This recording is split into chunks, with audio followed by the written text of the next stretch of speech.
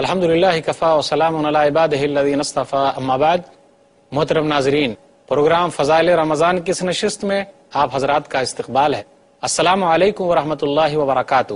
آج کی نشست کا موضوع ہے معذوروں کو روزہ توڑنے کی رخصت۔ اعوذ باللہ من الشیطان الرجیم، بسم اللہ الرحمن الرحیم۔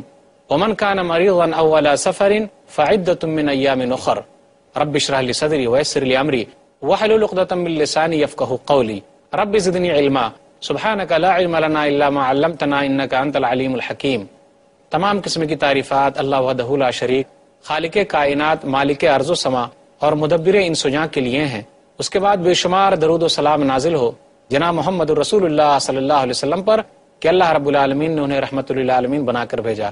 اللہم صلی علی محمد وعلی آل محمد کما صلیت علی ابراہیم وعلی آل ابراہیم انک حمید مجید۔ اللہم بارک علی محمد وعلی آل محمد کما بارکت علی ابراہیم وعلی آل ابراہیم انک حمید مجید۔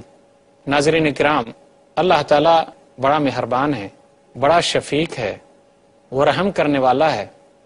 اس نے اپنی رحمت سے کچھ ایسے لوگوں کے لیے روزہ توڑنے کی رخصت دی ہے جو واقعی اس کے حقدار ہیں۔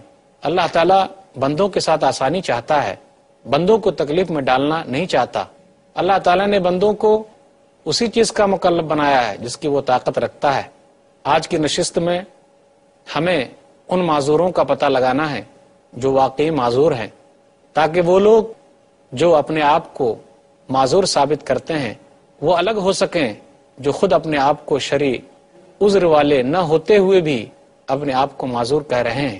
اللہ تعالیٰ نے ہمارے لیے آسانی فرمائی ہے، تو آئیے غور کرتے چلیں کہ کون سے ایسے لوگ ہیں جو واقعی معذور ہیں، جن کو اللہ تعالیٰ نے رخصت دی ہے کہ وہ بعد میں اپنے روزے پورا کر لیں۔ اگر ان ایام میں وہ ادا نہیں کر سکتے، ان ایام میں وہ اپنے روزے نہیں رکھ سکتے، تو وہ بعد میں اپنے روزے پورا کریں۔ میں نے جو آیت پڑھی ہے وہ آیت سورہ بقرہ سورہ نمبر 2 آیت نمبر 185 ہے۔ وَمَنْ كَانَ مَرِيضًا أَوْ عَلَىٰ سَفَرٍ فَعِدَّةٌ مِّنْ أَيَّامٍ أُخَرَ، اور اگر کوئی مریض ہے، بیمار ہے یا سفر میں ہے تو اس کے لیے رخصت ہے کہ وہ بعد میں پورا کرے۔ اللہ تعالیٰ نے آگے کہا یرید اللہ بکم اليسر ولا یرید بکم العسر، اور اللہ تعالیٰ تم لوگوں کے لیے آسانی چاہتا ہے، تنگی نہیں چاہتا۔ اسی طرح اللہ تعالیٰ نے کہا سورہ بقرہ سورہ نمبر 2 آیت نمبر 184 فمن کان منکم مریضا او علی سفر فعدۃ من ایام اخر، تم میں سے اگر کوئی آدمی بیمار ہے یا سفر میں ہے تو اس کے لیے رخصت ہے کہ وہ بعد میں روزے پورا کرے۔ اب آئیے ذرا تفصیل سے ان چیزوں کا جائزہ لیتے ہیں۔ بیمار 3 طرح کے ہو سکتے ہیں۔ ایک بیماری تو وہ ہے کہ آدمی اگر روزہ رکھنا چاہے تو اسے کوئی تکلیف نہ پہنچے اور اسے کوئی نقصان بھی نہ ہو، انہیں روزہ رکھنے میں کوئی تنگی محسوس بھی نہ ہو، تو ایسی بیماری میں ہم لوگوں کو روزہ رکھنا ضروری ہے۔ بہت سارے لوگ ہیں جو بہانہ بناتے ہیں، جی مجھے تو زکام ہو گیا ہے، مجھے سردی ہو گئی ہے، مجھے کھانسی آ رہی ہے، اس لیے میں روزہ نہیں رکھتا۔ جی نہیں، ایسے لوگوں کے لیے نہیں ہے، بلکہ بیماری کی صورت تو وہ ہے جس کا تذکرہ بھی ہونے والا ہے۔ بیماری تو وہ ہے دوسری بیماری کہ آدمی تکلیف محسوس کرے، روزہ رکھنے میں اسے تکلیف ہو، گرچہ روزہ رکھنے میں نقصان نہ ہو، روزہ رکھنے میں اس کا کوئی نقصان نہ ہو، لیکن وہ خود آدمی اپنے آپ میں تکلیف محسوس کر رہا ہے روزہ رکھنے کے سلسلے میں، تو اس کے لیے اللہ تعالیٰ نے اجازت دی ہے، اسے رخصت دی ہے۔ تو یاد رکھیے، جب بھی کسی چیز میں رخصت ملے تو اس چیز میں ہمیں اجازت ہے کہ ہم اس پر عمل کریں۔ اللہ نے کہا سورہ بقرہ سورہ نمبر 2 آیت نمبر 184 اور سورہ بقرہ سورہ نمبر 2 آیت نمبر 185، اگر کوئی آدمی بیمار ہے اور واقعی میں بیمار ہے تو اس آدمی کے لیے ہے کہ وہ اپنے آپ کو تکلیف میں ڈال کر روزہ نہ رکھے، کیونکہ اسے نقصان پہنچ سکتا ہے۔ اللہ تعالیٰ نے منع کیا ہے وَلَا تَقْتُلُوا أَنفُسَكُمْ إِنَّ اللَّهَ كَانَ بِكُمْ رَحِيمًا، سورہ نساء سورہ نمبر 4 آیت نمبر 29، کہ تم اپنے آپ کو ہلاکت میں نہ ڈالو، اپنے نفس کو قتل نہ کرو، اللہ تعالیٰ تم لوگوں پر رحم فرمانے والا ہے۔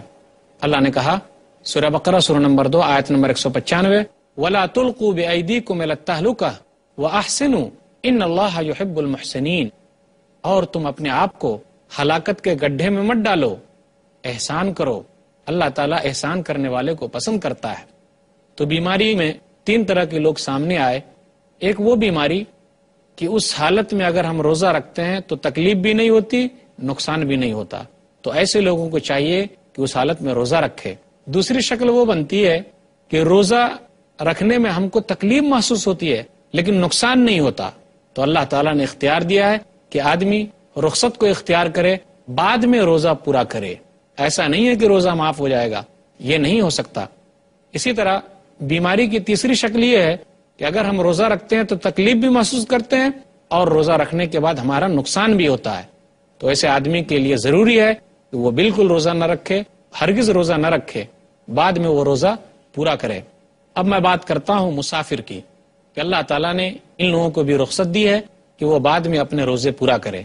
تمام لوگوں کا اتفاق ہے کہ آدمی اگر سفر پہ نکل گیا ہے تو وہ رخصت میں ہے، اس کے لیے رخصت ہے۔ اگر وہ روزے کے مہینے میں سفر پہ ہے تو اللہ تعالیٰ نے اس کو رخصت دی ہے کہ وہ روزے کے ایام بعد میں پورا کر لے۔ یہ بھی رخصت ہے کہ وہ اپنی نماز آدھی پڑھے، چاہے سفر جس طریقے کا بھی ہو، چاہے سفر پیدل کرے، چاہے سفر ٹرین سے کرے، چاہے سفر ہوائی جہاز سے کرے، چاہے سفر آرام دہ ہو یا سفر تکلیف والا ہو، رخصت جو اللہ تعالیٰ نے دی ہے اس کا وہ آدمی استعمال کر سکتا ہے۔ یہاں بھی لوگوں کی 3 شکلیں بنتی ہے۔ پہلے میں یہ بتاتا چلوں کہ سفر کیسا ہونا چاہیے۔ سفر تو وہ ہے جس کو عام صورت میں سفر کہا جاتا ہے، عرف عام میں جس کو سفر کا نام دیا جاتا ہے، وہ سفر واقعی سفر ہونا چاہیے۔ اسی طرح جب آدمی اپنے گھر سے، اپنے علاقے سے دور نکل جائے تو وہ آدمی سفر میں مانا جائے گا۔ اسی طرح آدمی جب سفر پہ جا رہا ہے تو وہ سفر گناہ کے کام کا نہ ہو۔ جمہور علماء کا قول یہ ہے کہ اگر گناہ کے کام کے لیے وہ سفر کر رہا ہے تو ایسے لوگوں کے لیے رخصت نہیں ہے۔ سفر کی ایک شکل یہ بھی ہے کہ آدمی روزے کے ڈر سے بھاگتے ہوئے سفر پہ جا رہا ہے، کیونکہ اللہ تعالیٰ نے مسافر کو جو چھوٹ دی ہے وہ اس چھوٹ سے بچنا چاہتا ہے، تو ایسے لوگوں کو بھی مسافر نہیں کہہ سکتے، کیونکہ وہ اسلام کے ایک اہم رکن سے چھٹکارا حاصل کرنے کے لیے فائدہ اٹھا رہا ہے۔ اس کی نیت وہ ہے، اور نیت کے بارے میں ہم جان چکے ہیں، جیسی نیت ویسی برکت، ویسا ہی پھل ملنے والا ہے۔ جیسا کہ صحیح بخاری کی حدیث ہے، صحیح بخاری کتاب بدل الوحی کتاب نمبر 1 باب نمبر 1 حدیث نمبر 1، عمر رضی اللہ تعالیٰ عنہ اس حدیث کے راوی ہیں، انما الاعمال بالنیات وانما لکل امرئ ما نوی، کہ عملوں کا دار و مدار نیتوں پر ہے، اور ہر آدمی کے لیے اتنا ہی ہے جتنا کہ اس نے نیت کی ہے۔ اس لیے آدمی کو چاہیے کہ روزے سے بچنے کے لیے سفر نہ کرے، تو اس کو سفر نہیں مانا جائے گا۔ اب میں یہ بتاؤں کہ مسافر کی 3 حالتیں ہوتی ہیں۔ اگر کوئی آدمی سفر میں ہے، روزہ رکھنے میں اسے تکلیف ہو یا روزہ رکھنے میں اسے تکلیف نہ ہو، یہ بات یاد رکھیے کہ اللہ تعالیٰ نے اس کو رخصت دی ہے، اس کو اجازت دی ہے، وہ آدمی معذور ہے، چاہے تو روزہ رکھے چاہے تو روزہ بعد میں پورا کرے، لیکن رخصت پر عمل کرتا ہے تو اس کے لیے فائدے کی چیز ہے، اور اگر عمل نہیں کرتا، اس کو تکلیف نہیں ہوتی ہے، تو وہ روزہ رکھ بھی سکتا ہے، کیونکہ دونوں طریقے کا عمل ثابت ہے۔ اللہ تعالیٰ نے مسافر کے بارے میں کہا، سورہ بقرہ سورہ نمبر 2 آیت نمبر 185، اور آگے اللہ نے کہا یرید اللہ بکم اليسر ولا یرید بکم العسر، اللہ تعالیٰ تم لوگوں کے ساتھ آسانی چاہتا ہے، تنگی بالکل نہیں چاہتا۔ نبی صلی اللہ علیہ وسلم سے یہ بھی ثابت ہے، ابو درداء رضی اللہ تعالیٰ عنہ بیان کرتے ہیں، صحیح بخاری کتاب الصوم کتاب نمبر 30 حدیث نمبر 1945، خرجنا مع رسول اللہ صلی اللہ علیہ وسلم فی بعض اسفارہ یوم الحر، کہ ہم لوگ رسول اللہ صلی اللہ علیہ وسلم کے ساتھ بعض سفر میں نکلے گرمی کے دنوں میں، یہاں تک کہ آدمی اپنے ہاتھ کو اپنے سر پر من شدت الحر، گرمی کی وجہ سے رکھے ہوا تھا۔ ابو درداء رضی اللہ تعالیٰ عنہ کہتے ہیں کہ ہم لوگوں میں سے صرف نبی صلی اللہ علیہ وسلم روزہ دار تھے اور عبداللہ بن رواحہ رضی اللہ تعالیٰ عنہ روزہ دار تھے۔ تو اس حدیث سے یہ پتا چلا کہ سفر کی حالت میں اگر تنگی محسوس نہ ہو تو آدمی روزہ بھی رکھ سکتا ہے، جیسا کہ رسول اللہ صلی اللہ علیہ وسلم نے روزہ رکھا اور عبداللہ بن رواحہ رضی اللہ تعالیٰ عنہ نے روزہ رکھا۔ مسافر کی دوسری حالت ہے، اگر کوئی آدمی سفر میں روزہ رکھتا ہے تو اس کے لیے تکلیف ہے، لیکن روزہ چھوڑ دیتا ہے تو اس کے لیے آسانی ہے۔ تو آدمی کے لیے ضروری ہے کہ بغیر روزے کے رہے۔ صحیح بخاری کتاب الجہاد والسیر کتاب نمبر 56 حدیث نمبر 2890۔ انس رضی اللہ تعالیٰ عنہ کہتے ہیں کہ ہم لوگ نبی صلی اللہ علیہ وسلم کے ساتھ سفر میں نکلے تو جو لوگ ہم میں سے روزہ دار تھے ان لوگوں نے کچھ کام نہیں کیا، یعنی جو روزے سے تھے ان لوگوں نے کچھ بھی کام نہیں کیا، اور جو لوگ روزے سے نہیں تھے ان لوگوں نے کام کیا، کافی محنت کی۔ نبی صلی اللہ علیہ وسلم کو جب پتا چلا تو نبی صلی اللہ علیہ وسلم نے کہا ذهب المفطرون بالاجر، کہ جو لوگ افطار کیے ہوئے ہیں بغیر روزے سے ہیں اجر میں ثواب میں آگے نکل گئے۔ تو سفر میں اللہ تعالیٰ نے ہم کو جو رخصت دی تھی، اگر ہمارے لیے ہے کہ روزہ نہ رکھیں تو فائدہ زیادہ ہے تو ہمیں چاہیے کہ روزہ نہ رکھیں، بعد میں روزہ پورا کر لیں، کیونکہ اللہ تعالیٰ نے ایسے لوگوں کو رخصت دی ہے اور یہ لوگ معذور مانے جاتے ہیں۔ تبھی تو نبی صلی اللہ علیہ وسلم نے تعریف کی ان لوگوں کی کہ ذهب المفطرون اليوم بالاجر، آج جن لوگوں نے روزہ نہیں رکھا وہ لوگ بدلے کے اعتبار سے آگے نکل گئے، اور جو لوگ روزہ رکھے ہوئے ہیں سفر میں ہیں لیکن کچھ کام نہیں کر رہے ہیں، فائدہ کیا ہوا؟ یہاں فائدہ ان لوگوں کا ہے جو روزہ نہ رکھ کر کام کر رہے ہیں اور سفر میں ہیں، اللہ کی رخصت کا فائدہ اٹھا رہے ہیں۔ سفر کی ایک تیسری صورت ہے، انتہائی تکلیف دہ سفر ہو، انتہائی مشقت بھرا سفر ہو، کافی تکلیف آدمی محسوس کرے لیکن پھر بھی وہ زبردستی روزہ رکھے ہوا ہے، تو ایسا روزہ رکھنا صحیح نہیں ہے۔ نبی صلی اللہ علیہ وسلم نے منع کیا ہے۔ صحیح بخاری کتاب الصوم کتاب نمبر 30 حدیث نمبر 1946۔ جابر بن عبداللہ رضی اللہ تعالیٰ عنہ کہتے ہیں کہ ایک آدمی کو سب لوگ سائے کے نیچے گھیرے ہوئے تھے، تو نبی نے پوچھ لیا یہ کون ہے بھائی؟ لوگوں نے کہا فلاں آدمی روزے دار ہیں جو بے ہوش ہو گئے ہیں، اب لوگ ان کو پنکھا جل رہے ہیں اور ان کو سایہ دیے ہوئے ہیں۔ تو نبی صلی اللہ علیہ وسلم نے ایسے روزے دار کی تعریف نہیں کی۔ نبی نے کہا لیس من البر الصیام فی السفر، سفر کی حالت میں روزہ رکھنا نیکی نہیں ہے۔ ارے اس حالت میں کہ لوگ گھیرے ہوئے ہیں، پریشان حال ہے، گرمی سے اس کا حال برا ہو رہا ہے، وہ خود تکلیف محسوس کر رہا ہے، دوسرے تمام لوگوں کو اپنے میں مشغول رکھے ہوا ہے، تو ایسا سفر میں روزہ رکھنا صحیح نہیں ہے۔ لیس من البر الصیام فی السفر، سفر میں ایسے لوگوں کے لیے روزہ رکھنا نیکی نہیں ہے۔ اسی طرح ایک مسئلہ اور بھی نکلتا ہے کہ آدمی اگر سفر سے واپس آئے اور روزہ نہیں ہے لیکن دن کا کچھ وقت باقی ہے، تو تقویٰ کی چیز تو یہ ہے کہ آدمی اس حالت میں ویسے ہی رہ جائے تاکہ دنوں کا احترام ہو جائے اور دوسرے لوگ جو روزہ دار ہیں اس کا بھی احترام ہو جائے۔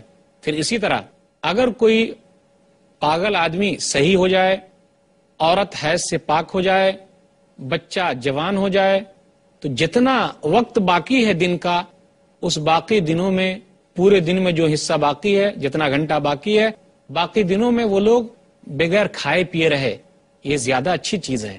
لیکن اگر کوئی کھا پی لے تو اس میں کوئی حرج کی بات نہیں ہے۔ معذور کون لوگ ہیں؟ معذور ایک بیمار تھے، معذور ایک مسافر ہیں، معذور ایک بیمار ہیں، وہ لوگ بھی معذور ہیں۔ خاص طور پہ تذکرہ ہو رہا کن کا؟ ان عورتوں کا جن کو حیض آتا وہ بھی معذور ہے۔ وہ عورتیں جو رمضان کے مہینے میں نفاس سے ہو جاتی ہیں وہ بھی معذور ہیں۔ رمضان کے مہینوں میں حائضہ عورت کے لیے ہے کہ وہ اپنے روزے بعد میں پورا کرے، روزے نہ رکھے۔ بہت ساری عورتیں ایسی ہیں جو مسئلے مسائل نہ جاننے کی وجہ سے اس حالت میں بھی روزہ رکھے ہوئے رہتی ہے، ان کا روزہ نہیں ہوگا کیونکہ وہ معذور کہلا رہی ہیں۔ وہ چیز اللہ تعالیٰ نے عورتوں کے لیے رکھی ہے، وہ اللہ کی حکمت ہے اور اللہ ہی بہتر جانتا ہے۔ ابو الزناد کا قول ہے، صحیح بخاری کتاب الصوم کتاب نمبر 30 باب نمبر 41 باب الحائض باب نمبر 41 کے اندر ابو الزناد کہتے ہیں ان السنن ووجوه الحق لتأتي كثيرا على خلاف الرأي فما يجد المسلمون بدا من اتباعها من ذلك ان الحائض تقضي الصيام ولا تقضي الصلاة۔ حیض کی حالت میں جتنے دنوں تک عورت کا روزہ چھوٹ گیا ہے وہ اتنے روزے بعد میں پورا کرے گی، لیکن جتنی نمازیں ان کی چھٹی ہے وہ نمازیں نہیں پڑھے گی۔ ابو زناد کہتے ہیں سنت میں بہت ساری چیز ایسی ملتی ہے، آدمی کے لیے ہے کہ وہ سنت کی اتباع کرتے ہوئے ان باتوں کو مان لے۔ اسی میں سے ہے کہ حائضہ عورت نماز نہیں پڑھے گی لیکن روزے پورا کرے گی، تو وہ معذور کہلائی۔ رمضان کے دنوں میں اللہ تعالیٰ نے ان کو رخصت دی ہے تو انہیں گھبرانا نہیں چاہیے، اللہ سے شکوے شکایت نہیں کرنی چاہیے۔ اللہ تعالیٰ نے آدم علیہ الصلوۃ والسلام کی لڑکیوں پر، ان کی عورتوں پر اس طریقے کی جو چیز رکھی ہے وہ اللہ کی حکمت ہے اور اللہ ہی بہتر جانتا ہے۔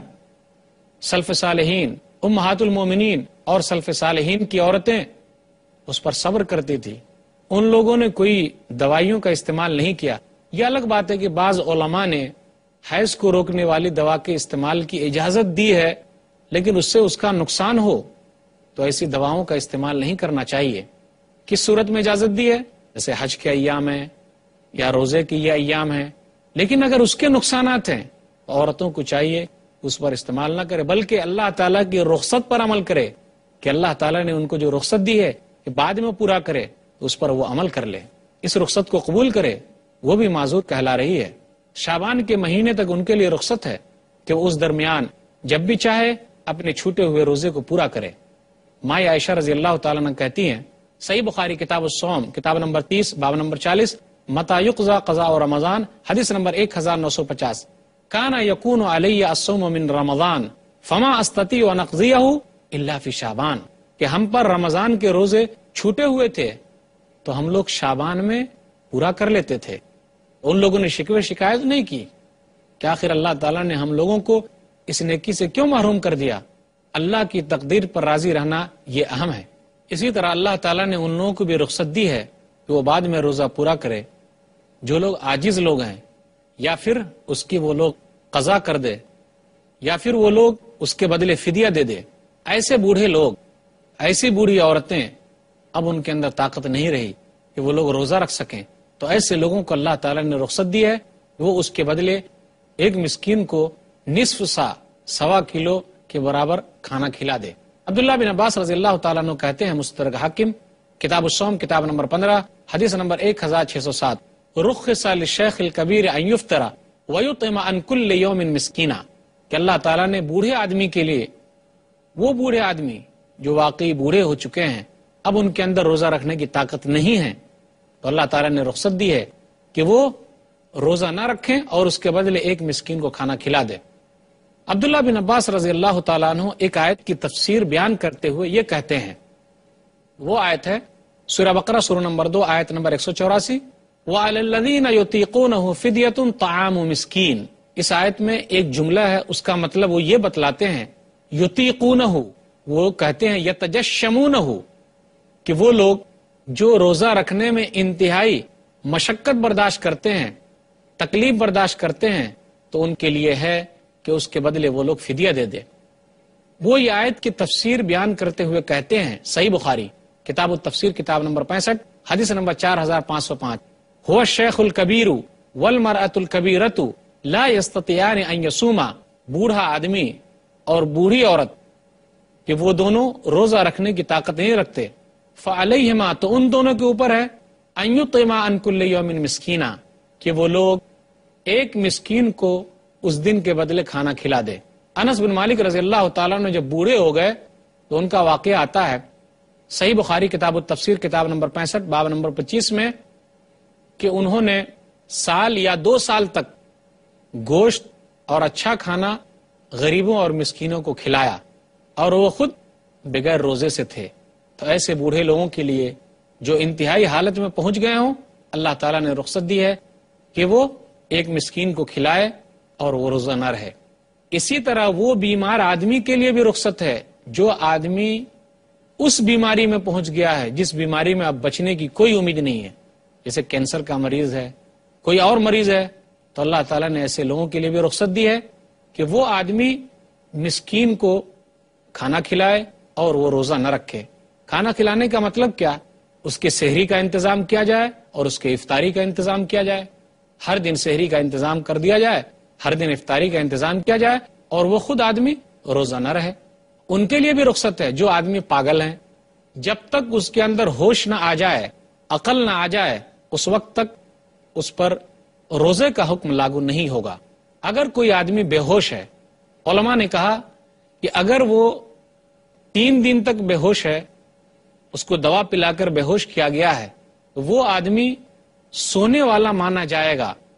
لیکن اگر 3 دن کے بعد بھی وہ بے ہوش رہتا ہے تو اس آدمی کو حکم میں چلا جائے گا جس کے اندر عقل نہیں ہے، تو اب وہ روزے کی قضا نہیں کر سکتا.